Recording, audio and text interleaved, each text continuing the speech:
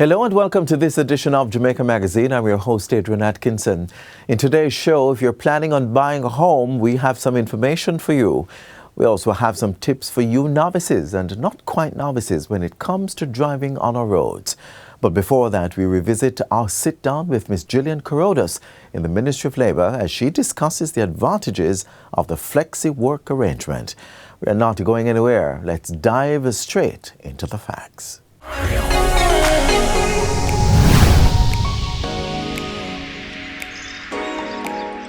Welcome to Get the Facts, the program that provides you with information on government's policies and initiatives. I'm Theodore Henry. All the world's a stage and all the men and women merely players. They have their exits and their entrances, and one man in his time plays many parts. One way to help him play these parts could be with FlexiWork. To help us dissect this topic is Divisional Director of Industrial Relations and Allied Services at the Ministry of Labour and Social Security, Gillian Carrodus. Welcome to the program, Ms. Carrodus. Thank you so much. It's a pleasure to be here. Great. So let's jump right into getting the facts. I like definitions, and I want you to give me two. First off, one definition and then an explanation. Okay. What is FlexiWork? So FlexiWork relates to that non-standard engagement on employment. So it relates to the fact that workers are now being engaged outside of a standard work week. What is the standard work week? It is normally 5 days per week and a maximum of 40 hours per week.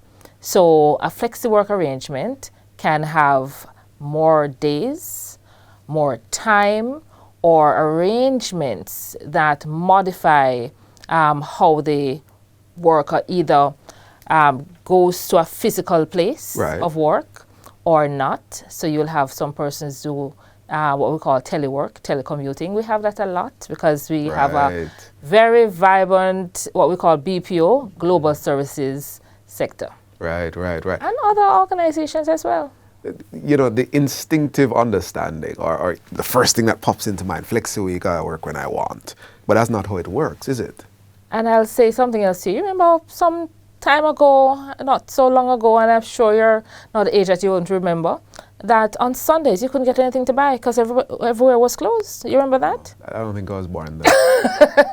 So the Flexi Work Week or the Employment Flexible Work Arrangements Act addressed that.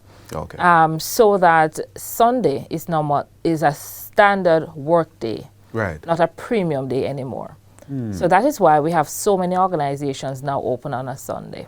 Okay. So it sounds as if there are structures and arrangements that are laid down, a framework that companies operate in. So tell me, what are the different types of flexi-work arrangements?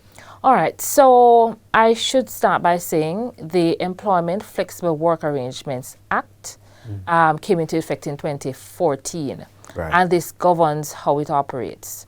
And what it provides for is a situation where you can have a compressed work week. So some of us, we would just want to get through the 40 hours and go on to something else. Right. And it allows for that. So persons are allowed to work a maximum of 12 hours per day at single time pay. And then they will be clearing that 40 hours in less days than the standard 5 days.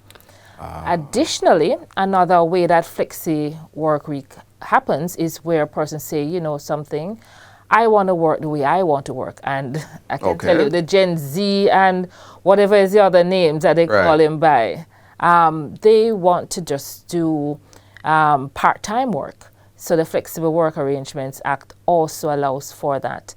And globally, you find that organizations want to be operating 24 hours because it's catering to clientele that wants the organizations to be open. Especially when they get online at 2 a.m. I'm scrolling through your thing. I don't want to see that you're closed. You worked all day. Right. Now you're home and you want to do business. You want to know that you can do business. Right. So the Flexi Work Arrangements Act really responds to that global trend. And you also have the flexible arrangements where persons are on staggered shifts so that the organization is literally open 24 hours, 24/7, as we would say. Right. And also, you have flexible arrangements where we were calling it gig work at one point. All right. I mean, when you want to work, you can take a contract with the company and you just do that work and then you're gone again. Okay. You know, you have a lot of that. Some people call it consultancies, lots of different variations in the names, but it's all called flexible work arrangements. I see. So, okay, from your position at the ministry, what have you seen are the benefits to both employer and employee? Well, definitely, starting with the employee, you get a chance to choose if the option is given to you. I like how you said that. I like how you said that. That's important. And if the option is given to you, there are some persons who are studying and they want to just have some time that they can carve out for study. Right. Then it allows them to do that. There are some other persons that for work-life balance, they don't want to. Oh, that they don't want phrase. to do the 5 days per week. They have children at home, or just want to do the healthy stuff. You know, they want to de-stress certain days. It's perfect for those situations. In terms of the employer, definitely you can have a 24/7 operation. You're never closed. You're literally open all the time. Right. You also, as an employer, if you don't want to have a full-time set of workers, because, you know, based on your business model, you don't need a full-time cadre of workers. You need certain skill sets, certain times. If workers want to work in that flexible arrangement, you can just hire that talent when you actually need it. I can also on imagine contract, yes. From the employer stage, Yes. for example, you have limitations with space. You mentioned the stagger Yes, shift thing. yeah. So people come in and come out. I could see how that. So you can could have be. your team, certain teams come in at certain points, and we call that, those are high performance teams. So you have a full set of persons coming in that they can run the entire operation. And companies that do sales, marketing, and heavily customer focused and that kind of service related organization, they will really benefit from flexible arrangements. One of the things as we head to our break that I'm seeing coming out is not only does it empower certain work styles, but me as someone who wants to create, for example, a business, I can create a certain kind of business based on these legislation. That's correct. We're going to need to talk about that B word, benefits. But we're going to go to a break right now. We're talking about Flexi Week, Flexi Work, what it is, how it impacts employers and employees. Please stay with us.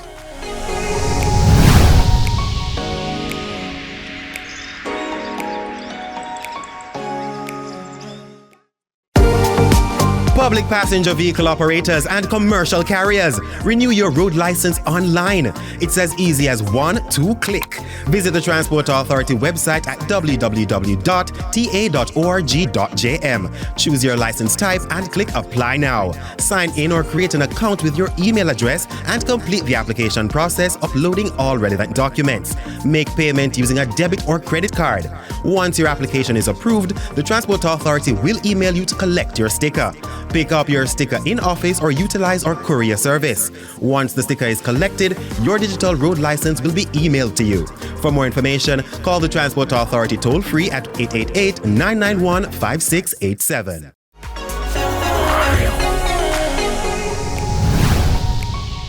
Welcome back to Get the Facts. We're continuing our discussion on Flexi Work. Our guest is Gillian Corodas, the Divisional Director of Industrial Relations and Allied Services at the Ministry of Labor and Social Security. Now, Lady Gillian, right before the break, I mentioned that we're going to talk about the B word. Because Flexi Work, it sounds nice and great, but people like their benefits. So, will an employee lose any entitlements such as vacation or sick leave if they accept flexi work arrangements? So that's a very interesting question, and actually, Theodore, is one of the most asked questions. Well, there we go. Let's get the facts. So in terms of vacation leave, a worker earns 1 day vacation leave for every 22 days worked. Okay. So clearly, if you're working less days, you would actually earn your vacation leave at a slower pace. But it doesn't cut So it down doesn't your cut it down. allotment. No, it doesn't Okay, cut down your okay. allotment. And actually, what we recognize with flexible work arrangements is that the workers and employers come to an agreement so that there is no loss. Right. You know, so the employment contracts, they actually give a more generous arrangement sometimes than the law says. In relation to sick leave, it's a similar situation. The Holidays with Pay Act deals with sick leave as well. Right. And what it says is that for the first 110 days, if a worker becomes sick, they get the leave, but not with pay. So in a flexible work arrangement, it is the same That thing. holds. So it is after the worker has cleared the first 110 days of work that they will start earning the right to be paid if they are sick. Okay, okay. I'll toss one more on the pile. You'll probably hear about this as well. Overtime, public holidays, flexi work messes with that. All right, so overtime, gone are the days when you work 8 hours and everything after that 8 hours on that day is overtime. Oh, gone are the days. So sad. what the Flexible Work Arrangement Act does is to say that for the first 12 hours, you can be paid at a single time rate. Right. And once you have done more than 12 hours on that day, that is when a premium time is attracted, or if you do more than 40 hours per week. Okay. And I want to quickly say that a lot of employers sometimes ask this question, whether there is a public holiday that falls in that week. Okay. How is that treated? Right. So the quick answer is if the person worked the day immediately preceding or immediately succeeding the public holiday, and they would have normally worked on a public holiday, Right. then they are to be paid if Okay. they are a worker. Okay. Unless there's some other hybrid arrangement, but normally they will be paid in those circumstances. It sounds like the employers. And if an employee is not sure, Yeah. always call the Ministry of Labor and Social Security. Well, thank you for the helpline. It does sound like it's very important for the employees and the employers to ensure that things are worked out properly. That's correct. Because I don't know if you get this question a lot either. I think you would though. But is an employer required by law to offer flexi work arrangements? Oh, certainly not. It is an option that a business may exercise. Right. And we find these days that more businesses want to do this because they're catering to the changing world of work, yes. Can I jump in right here? You said certainly not. And if you would like to as an employee, but is it something you apply for or you just decide to take advantage of You're it? asking for the employer. Right. So if the company wants, Right. it's forced to do it. The company is not forced to do it. So I'm asking, how do I go about doing it as a company? If a company wants to do it, Right. it will be based on the business model that you are wanting to do, the preference. If it is that you are in an industry that your competitors are doing that, you know, it gives you the opportunity to be open more hours, longer hours, to have talent when you need them rather than to be paying all of these persons. You can have certain special skills employed for short periods of time or certain days per week. So I can just decide to use this in my company? You can. Okay. On the converse, if an employer already has it, and as a worker you would join the organization, Oh man. then I don't think you have much of a choice, because then you have to recognize that this is the way they operate. Right, and then you would have to probably discuss what is the schedule that is preferred, because the contract of employment is both offer and acceptance. So that sounds like you're answering the question I was going to ask next, if the employer can put the employee on flexi work arrangements without them requesting that.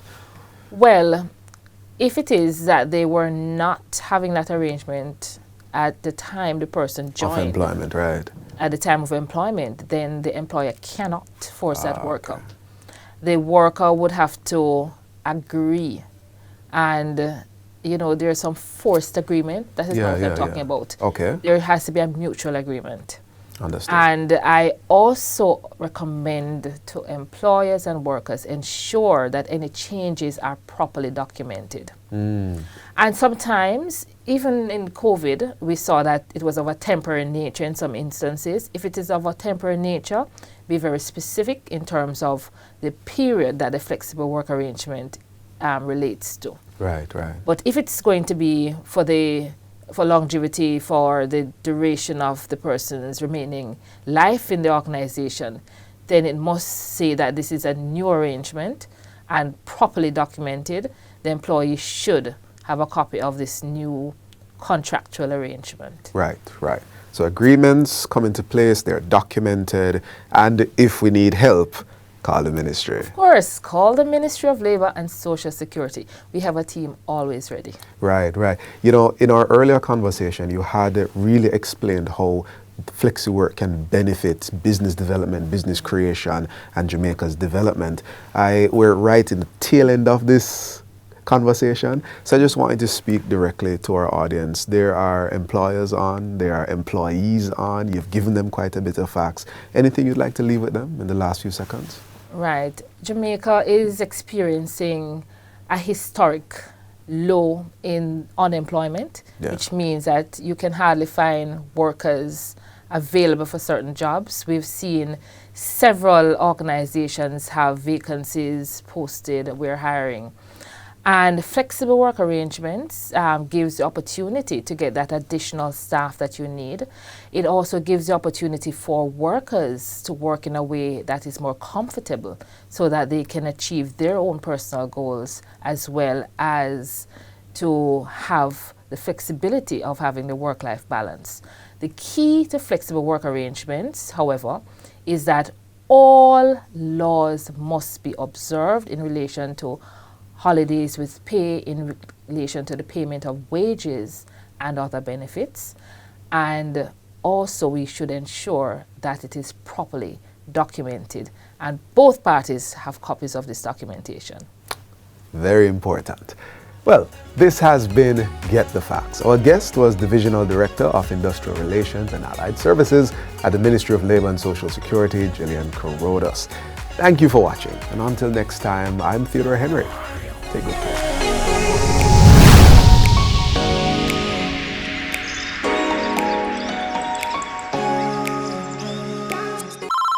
Calling all creators, join the JIS Creators Challenge. We want to see your unique perspective on why you love Jamaica.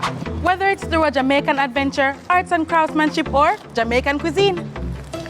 A party lifestyle or a celebration of our Otamaniwan people culture. Unleash your creativity in a video 1 minute or less, showcasing why you love Jamaica. Upload your video to your socials and tag JIS by March 8th.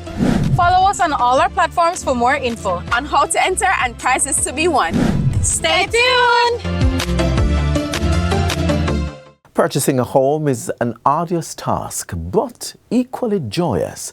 Our next feature gives you the know-how on this momentous decision and hopefully makes it less challenging. Watch now.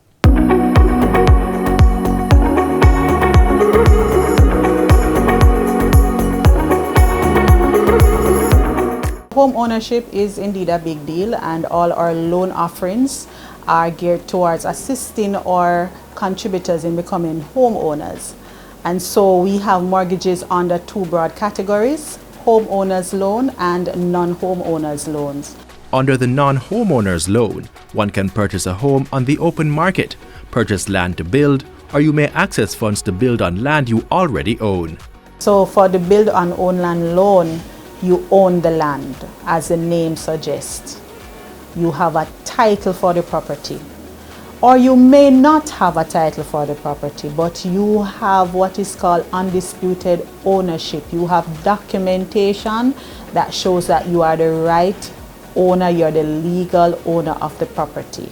For the homeowner's loan, this is where an actual homeowner who has never received an NHT loan can borrow money to renovate their home. For those going the route of buying, bear in mind that once you have decided to purchase land or any property, you need to be pre-approved for a loan. To get a pre-approval letter, you'd be able to do so by supplying us with a job letter that verifies your income and contributions to the NHT. The TRN, if you should have a TRN card, a NIS card, a government issued ID, and your last 2 months pay slips. But if you're self-employed, then you would have to visit our compliance department and request what is called a mortgage memo. This is simply an electronic statement on our system that confirms to the person who will prepare your letter that you are indeed qualified and you have paid all your contributions on time. So you're ready to buy a property and you're considering an NHT housing scheme. Here's something to consider. The NHT will, from time to time, offer to its contributors housing solutions for sale. Now, if you want to be qualified for NHT scheme solution, there are 2 main things that must be considered. One, where you live and work in proximity to the scheme. That's one. And the number of points you would have accumulated over your work life. So the longer you are contributing, the more points you would have accumulated. And for every 52 weeks that you are a contributor, you are awarded 20 points. So that adds up over time. If you are considering purchasing NHT housing, be sure to keep up to date with their website for all the relevant information. And when you are ready to purchase, be sure you have all your relevant data on hand. So you're going to want to have on hand records of your employment issues. So persons will say to me, Mrs. Smith, I'm ready to apply for my scheme. And I say, how long have you been contributing? And the answer is enough years. No, you need to know when you worked at a particular company and for how many years. Because when you are doing your online application for scheme, you need to be very specific. You worked at Montego Bay Club 2000 to 2010.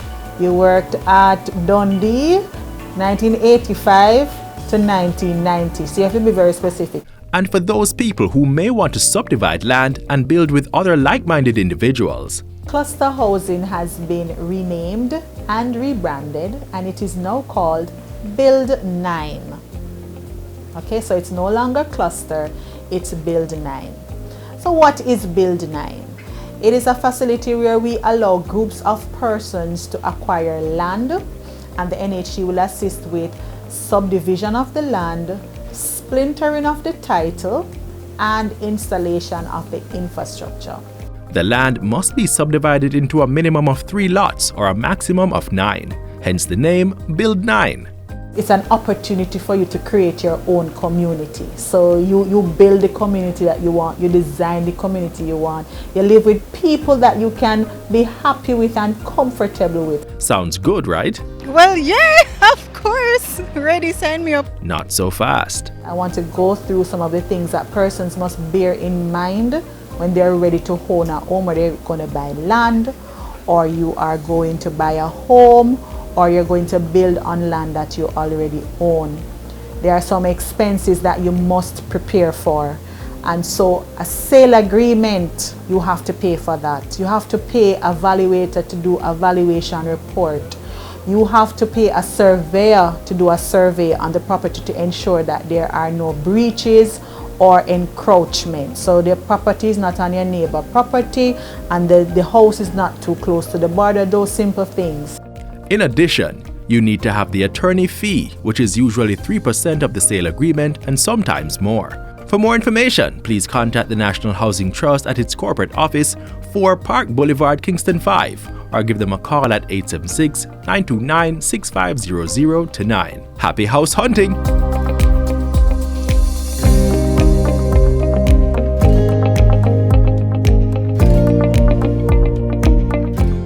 One of the problems that occurred in the past was the significant delay in the issuing of warrants for persons who did not pay at the tax office and did not attend the court. And so what happened there was that a culture of impunity had developed, where persons felt that when they received a ticket from the police, they could simply ignore it. So where we are now is that we are now current with the issuing of warrants in respect of the current cases. So what that means is that for persons who do not pay at the tax office, don't attend the court, the warrants are being issued and will be issued, and you will be arrested and brought before the court. If you do not wish to come to court, then go to the tax office.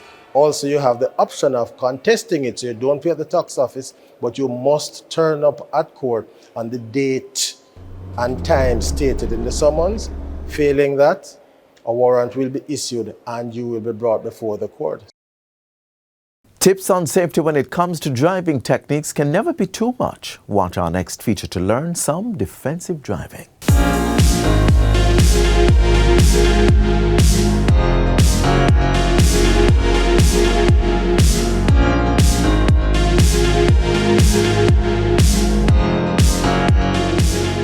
It looks like I'm all ready to go, but am I really? Yes, I'm doing all the right checks to make sure my vehicle is road ready. But what about everybody else? How do I get ready for them?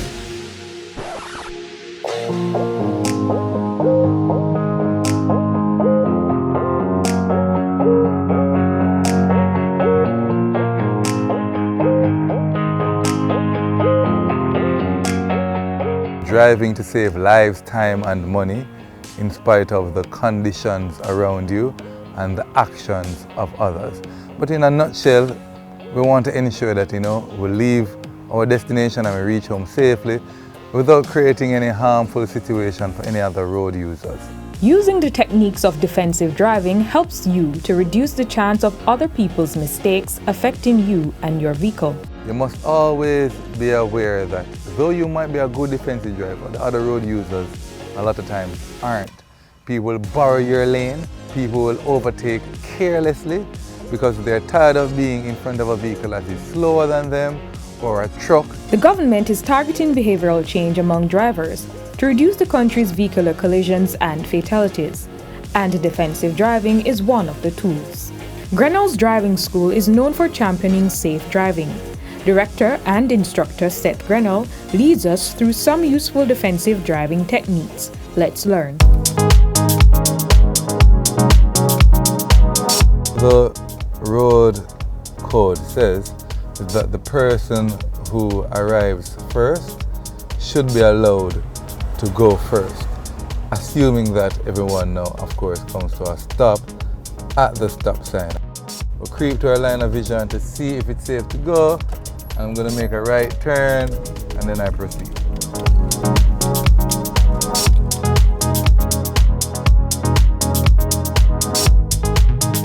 Using the cover and scan technique, when approaching an intersection, we usually want to shadow our brake, but most times what we do, we toot our horn, we don't slow down because we believe the horn will stop the person's vehicle pressing their brake for them. That's not the technique we should use.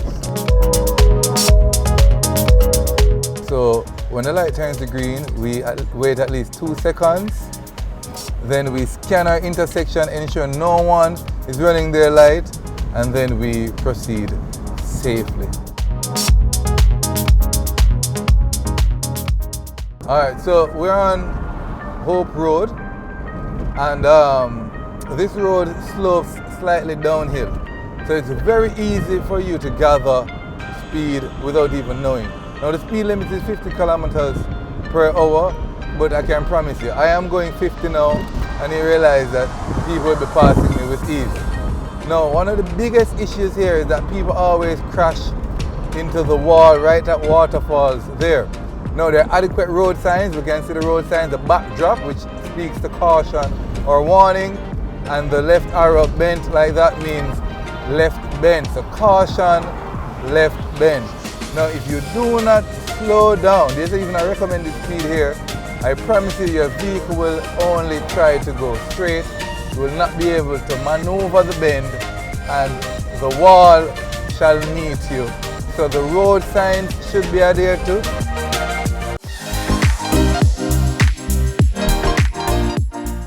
And this is where we end today's show. To catch a repeat of this or any other, feel free to log on to our website at gis.gov.jm.